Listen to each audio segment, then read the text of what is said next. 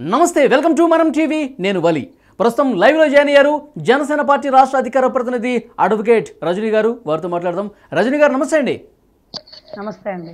రజనీ గారు, పిఠాపురంలో జనసేన అధినేత పవన్ కళ్యాణ్ గారు ఓటమిని అక్కడ ఆయన గట్టిగా ఓడించడానికి వైసీపీ ప్లాన్ చేస్తోందని చెప్పి పెద్ద ఎత్తున చర్చ జరుగుతుంది. ఎందుకంటే పిఠాపురంలో వైసీపీకి సంబంధించినటువంటి ఒక వెహికల్, అందులో వైసీపీ సామాగ్రి ఉంది, డమ్మీ ఈవీఎంస్ కనిపించే. దాంతోపాటు 100 కోట్ల రూపాయలు వైసీపీ పిఠాపురం నియోజకవర్గానికి తరలిస్తోందని చెప్పి పెద్ద ఎత్తున చర్చ జరుగుతుంది. ఏమంటారు మేడం? సరే, అసలు ఈవీఎం మిషన్స్ అసలు వైసీపీ కార్యకర్తల దగ్గర కానీ, తెలుగుదేశం కానీ, జనసేన దగ్గర కానీ అసలు ఉండకూడదు. అలా పార్టీకి సంబంధించిన జెండాలా, క్యాప్లా, లేకపోతే ఇంకేమైనా ఉంటాయి కానీ లేదా పాంప్లెట్స్. ఈవీఎం మిషన్స్తో ఏం పని సార్? వీళ్ళేమన్నా పసిబిడ్డకి అక్షరాభ్యాసం చేయడానికి తీసుకొస్తున్నారా? లేదా ఈ సంవత్సరం ఏమన్నా ఈవీఎం వచ్చిందా? ఈవీఎం గురించి ప్రజలకు అవగాహన ఉంది. అవగాహన ఒకవేళ కల్పించాల్సి వస్తే ఆ బాధ్యత ఎలక్షన్ డిపార్ట్మెంట్ మీద ఉంటుంది. వీళ్ళకేం పని? ఎవరిని పిచ్చివాళ్ళని చేయడానికి చూస్తున్నాడు? అదే నా భయం సార్. ఇంత వ్యతిరేకత జనాల్లో ఉన్నా కూడా వై నాట్ 175 అంటున్నాడు. ఓడిపోయే వాళ్ళకి సీట్ ఇస్తున్నాడు. గమనించండి. నేను అనుకున్నాను ఖచ్చితంగా రోజా గారికి రాదు, రాంబాబు అన్నకి రాదు, కొడాలి నాని అన్నకి రాదు అనుకున్నా. వచ్చేసింది. ఏంటిది? వాళ్ళు ఎలా గెలుస్తారు? ఇంకా 175 అంటున్నాడు. గెలుపు గుర్రాలకు ఇస్తాను, సంచులు మోసే గాడిదలకు కాదు అన్నట్టుగా ఏదో కొన్ని స్టేట్మెంట్. మరేమో మాకు అర్థం కావట్లా. అయితే ఏంటా వీళ్ళ ధైర్యం?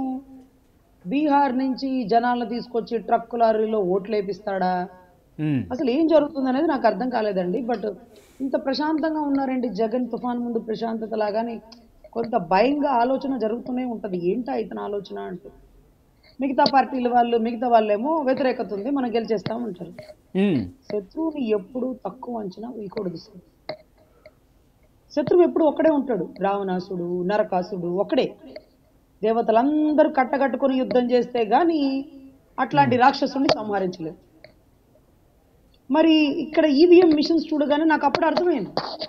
ఒరిజినల్ ఎలక్షన్ కమిషనర్ పంపించే ఈవీఎం మిషన్స్ వాడి పీక మీద కత్తి పెట్టి వాళ్ళ ఇంట్లో వాళ్ళని కిడ్నాప్ చేసి ఆ ఈవీఎం మిషన్స్ వాళ్ళ పార్టీ కార్యాలయంలో పెట్టుకొని గుద్దిందే గుద్దుడు, ఫ్యాన్ గుద్దుడుకు గుద్ది, మళ్ళీ డౌట్ వస్తుందేమో అక్కడక్కడ జనసేన గుద్ది ఆ ఈవీఎం మిషన్లు మళ్ళీ వాళ్ళకి అప్పచెప్పేస్తారు.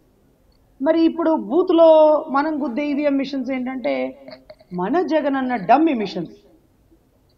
ఆతృతగా పిఠాపురం వాస్తవులు వెళ్ళి ఇదిగిదిగిదిగో గ్లాస్ గుద్దు, పగిలే కొద్ది పదునెక్కిద్ది అనుకుంటూ గుద్దేస్తారు. గెలుపు చూస్తేనేమో ఆవిడ మీద సానుభూతి అంటారు. రజనీ గారు, ఇప్పుడు దొరికిన ఈవీఎంలు ఏవైతే ఆ వ్యాన్లో పట్టుబడ్డాయో ఏంటి మేడం అవి? డమ్మీ ఈవీఎంలు అంటే వాటిని ఎట్లా యూజ్ చేయాలని దాని వెనకాలన్నటువంటి వ్యూహం ఏంటి వాళ్ళది? సార్, రామాయణం అంతా విని రాముడికి సీతమైంది అన్నట్టుంది మీ పని.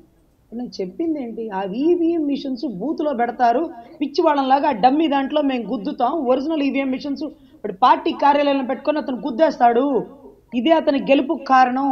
ఇలా చేసేటట్టయితే నిజంగానే 175 చోట్ల గెలవబోతున్నాడు గౌరవ జగన్మోహన్ రెడ్డి. I'm sure. ఎవడైనా గెలిచేవాడు బాగా మార్కులు వస్తాయి అంటాడు, 60 వస్తాయి అంటాడు, 70 వస్తాడు, 90 వస్తాడు. పేపర్ చూడకుండా 100 వస్తుందని చెప్పేవాడు ఎవడు సార్? కానీ ఇతను చెప్తున్నాడు ప్రత్యర్థి లేకుండా 175 చోట్ల గెలుస్తానంటున్నాడు. ఒక 2, 3, 10 కూడా అవుతున్నాడు కుదలట్లా. ఇంత ధైర్యం ఎక్కడి నుంచి వస్తుంది? ఇంత వ్యతిరేకత నాకు కనపడుతుంది సార్. అమరావతి రాజధాని రైతులు, స్కూల్ టీచర్లు, దళితులు, అంగన్వాడీ వాళ్ళు. అసలు మీకు తెలియదు ఏంటంటే పోలీస్ ఆఫీసర్లు, పోలీస్ విభాగం సరెండర్ లీవ్స్ ఆపేశారు, టీఏడిఎల్ ఆపేశారు. మేము కూడా ఇతన్ని గద్దదించుతాం అని నిర్ణయించుకున్నారు. ఇంకా వైసీపీలో బలమైన నాయకులు మా జనసేనకి, టీడీపీకి వచ్చేస్తున్నారు. బీజేపీ కూడా మాతో సపోర్ట్ వచ్చింది. అయినా కూడా స్టాండ్ మారలేదండి. వై నాట్ 175 అంటున్నాడు. ఓడిపోయే వాళ్ళని కూర్చోబెడుతున్నాడు.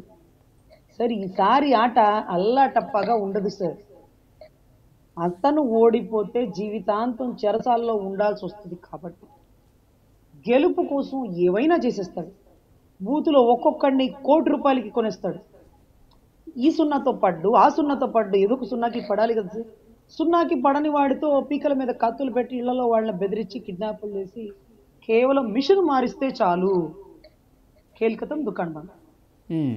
మళ్ళీ అతనే వస్తాడు అంటే పారిపోతాం సార్ ఢిల్లీకి, సుప్రీంకోర్టులో ప్రాక్టీస్ చేసుకుంటాం. అంత భయానక పరిస్థితులు ఉన్నాయి సార్ రాష్ట్రంలో. రజనీ గారు, ఇప్పుడు అంతా ఎలక్షన్ కమిషన్ అండర్లో ఉంది. ఇప్పుడు పోలీసులు కావచ్చు, ఇతర అధికారులు కావచ్చు, ఎలక్షన్ కమిషన్ అండర్లోనే పనిచేయాల్సిన పరిస్థితి.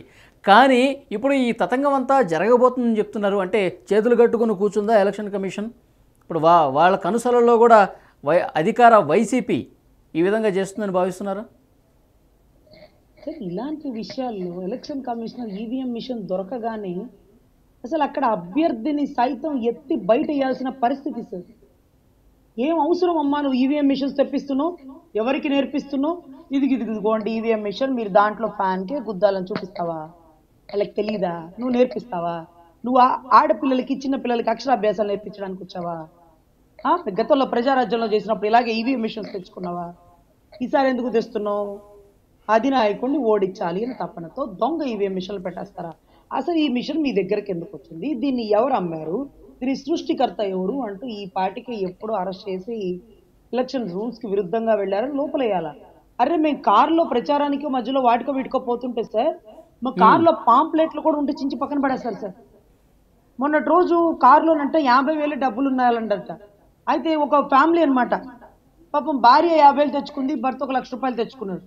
50,000 దొరకాలి, 1,00,000 రూపాయలు దొరకకూడదంటూ గలాటా చేసేసుకున్నారట.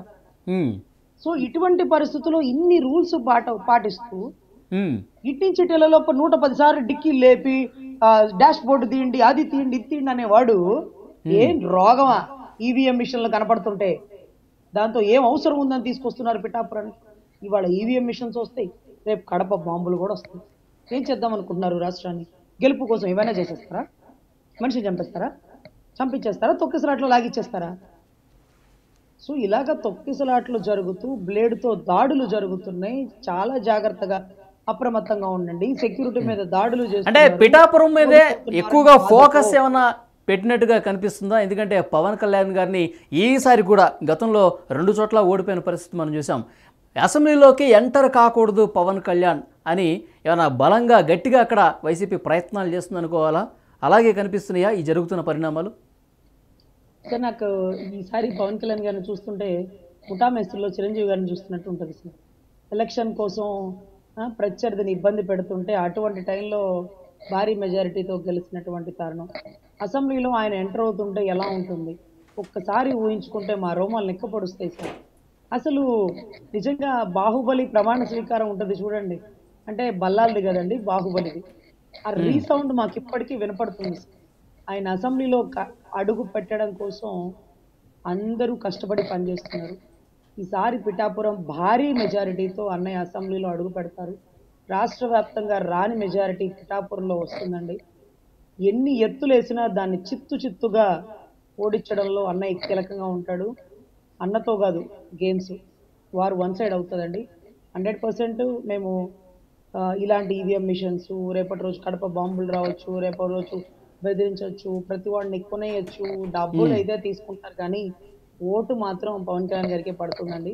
పిఠాపురం వాళ్ళందరూ ఏకగ్రీవంగా చెప్పినటువంటి మాట.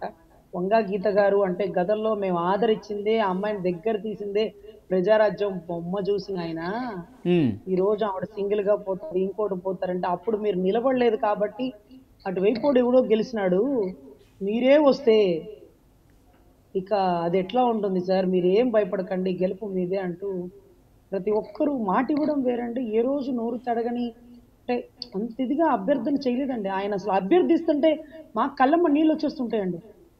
ఈరోజు మిమ్మల్ని అడుగుటలేదు, అభ్యర్థిస్తున్నాను ఒకసారి గెలిపించండి అంటే మాకు నిజంగా చాలా బాధేసిందండి. అంత అవమానపరిచామా మేము మా అన్నని 2 చోట్ల ఓడించి దశాబ్ద కాలంలో? ఆ తప్పు దిద్దుకుందాం అనిపించినా మాకు అనిపిస్తుంది భయంకరమైన బాధతో ఆ తప్పు దిద్దుకుంటున్నారండి ఈరోజు. భీమవరం వాళ్ళు కానీ గాజువాక వాళ్ళు కానీ మళ్ళీ మా అన్న రాలేదు అని ఎంత బాధపడుతున్నారో ఎంతమంది చెప్పారు. ఈసారి వస్తే ఖచ్చితంగా గెలిపించుకుంటాం. ఒకవైపు ముద్రగడ పద్మనాభం గారు, అక్కడ ఇన్ఛార్జీలుగా ఉన్నటువంటి మిథున్ రెడ్డి కావచ్చు, దాడిశెట్టి రాజా కావచ్చు, ఇట్లా చాలా కీలకంగా వ్యవహరిస్తున్నారు. కాపు ఓట్లని భయంకరంగా చీల్చేయబోతున్నారు. పవన్ కళ్యాణ్ని ఎట్టి పరిస్థితుల్లో అసెంబ్లీలోకి ఎంటర్ కాకూడదని చెప్పి ఒక త్రిముఖ వ్యూహాన్ని అక్కడ అమలుపరుస్తున్నట్టుగా వైసీపీ కనిపిస్తుంది. ఇవన్నీ ఎదురెడ్డి గెలిచే పరిస్థితి ఉందా? సార్ కాపులు అంటే ఒకడు చెప్తే వింటే వాడు కాపుడు కాదు సార్. గుర్తుపెట్టుకోండి. ముద్రగడ గారు చెప్తే వింటే, లేకపోతే ఆ తాడి చెట్టు ఆయన ఎవరో మాకు తెలియదు, ఆయన చెప్తే వింటే ఎవరు వీళ్ళెవరు? వర్మ గారు ఎవరు సార్? ఏ కాపుడు ఎక్కువ సార్ ఆయన? నేను లాస్ట్ టైం వర్మ గారు గెలుస్తున్నారంటే అదేంటి వర్మ మా కాపులా? కాపుల్లో వర్మ గౌడు అంటారా అంటే కాదమ్మా, వర్మ అంటే అర్థం కావట్లేదా వాళ్ళు ఎక్కువ కామెంటీ అంటూ చెప్పారు. మరి ఎట్లా గెలిచారు అంటే వాళ్ళకి నచ్చినోడు కోటేస్తారు కానీ ఒకడు చెప్పినోడు కోటేయడు సార్. ఇవాళ వాళ్ళకి నచ్చింది అధినాయకుడు. అక్కడ అధినాయకుల్లో కాపు అనేది చూడరు సార్. అధినాయకుడు అంతే, వాళ్ళకి నచ్చేవాడికి ఓటేసుకుంటారు. ఈరోజు ముద్రగడ మనం కాపు, మనం కాపులకే చేయాలి ఇవన్నీ చూడరండి. అరే నీకు రోగం వస్తే మంచి వైద్యుడి దగ్గరికి వెళ్తావా, మన కులపోడి దగ్గరికి వెళ్తావా? ఈ రోజు వాళ్ళకి అన్యాయం జరిగిందంటే వర్మ గారి దగ్గరికి వెళ్ళారు. అప్పట్లో పవన్ కళ్యాణ్ గారు లేరు, ఆ పార్టీ లేదు. ప్రజారాజ్యం ఉన్నప్పుడు వంగగీత గారు గెలిచారు. ఏది చిరంజీవి గారి గ్రేస్ లో. ఈరోజు పవన్ కళ్యాణ్ గారే వచ్చి కూర్చున్నా వంగ గారు గీత గారు గెలుస్తారా? వర్మ గారు వెనకాల నడిచినటువంటి మా కాపులు ఈ రోజు ముద్రగడ ఆయన వెనకాల వెళ్తారా? ముద్రగడ గారు ఏమన్నా స్థానబలం గల్లా ఆయనకి అక్కడ ఇల్లు ఉందా, వ్యాఖ్యలు ఉంది, ఏం చెప్పి చేస్తారు? ఆయనకి అంత బలమే ఉంటే ఆయనకే ఇచ్చుండేవారు సీటు. ఇవ్వకుండా వంగ ఓకే. గీత గారికి ఇచ్చి స్టార్ క్యాంపెయినర్ లాగా తిప్పరండి. ఎనివే ఎవరు వచ్చి తలకిందులుగా తపస్సు చేసినా పిఠాపురం గెలుపు పక్క. వర్మ ఓకే. గారు భారీ మెజారిటీతో మా అన్నని గెలిపిస్తారు. మా అన్న రైట్. జనాల్లో సర్వీస్ చేయడానికి సిద్ధంగా ఉన్నాడు. తన కుటుంబాన్ని సైతం తీసుకొచ్చి పిఠాపురంలో ఇదే నా ఇల్లు అని తీర్మానించుకున్నటువంటి సన్నివేశం అందరం చూసామండి. ఆయన అడగట్లేదు, అభ్యర్థిస్తున్నాను అన్నప్పుడే మా రెండు కళ్ళమ్మటి నీళ్లు గారిపోతూ ఈరోజు ఖచ్చితంగా భారీ మెజారిటీతో గెలిపించాలని ప్రతి ఒక్కరిలో స్పందన బిగినైందండి. రాష్ట్రం మొత్తం పిఠాపురం వైపే చూస్తుంది. కాదండి, దేశం మొత్తం పిఠాపురం లాగా చూసేలాగా మా అన్నయ్య తీర్చిదిద్దుతాడండి. Yeah, thank you very much Rajani గారు. నమస్తే.